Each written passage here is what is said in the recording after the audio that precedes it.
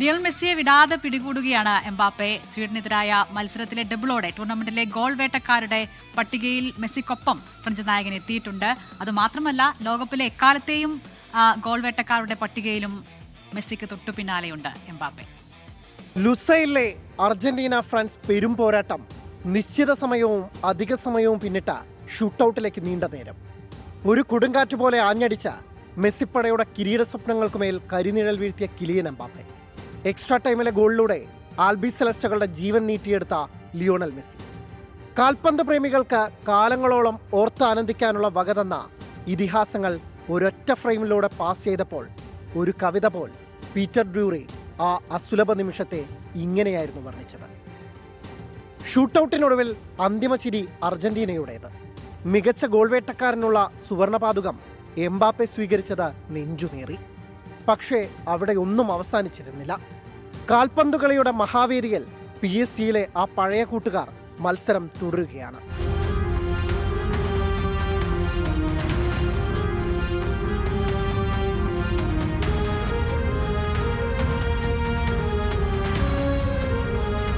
എക്കാലത്തെയും മികച്ച goal വേട്ടക്കാരനെന്ന Miroslav ക്ലോസയുടെ record ആരാദ്യം മറികടക്കുമെന്നായിരുന്നു സംശയം.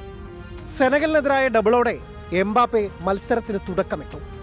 എന്നാൽ 2-ന് പകരം 3 ഗോളോടെ മെസ്സിയുടെ മറുപടി. ക്ലോസയുടെ ചാപ്റ്റർ ക്ലോസാക്കി ലോകകപ്പിലെ എക്കാലത്തെയും മികച്ച ഗോൾ വേട്ടക്കാരനായി.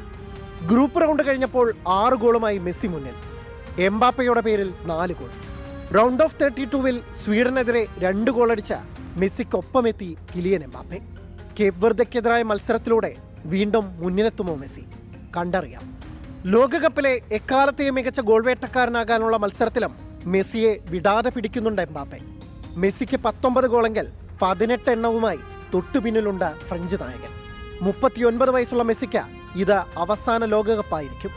ഗോൾഡൻ ബൂട്ടും എക്കാലത്തെയും മികച്ച ഗോൾ വേട്ടക്കാരനുമായിട്ടായിരിക്കുമോ മെസ്സിയുടെ മടക്കം?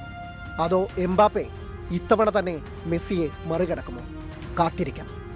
World cup desk 24.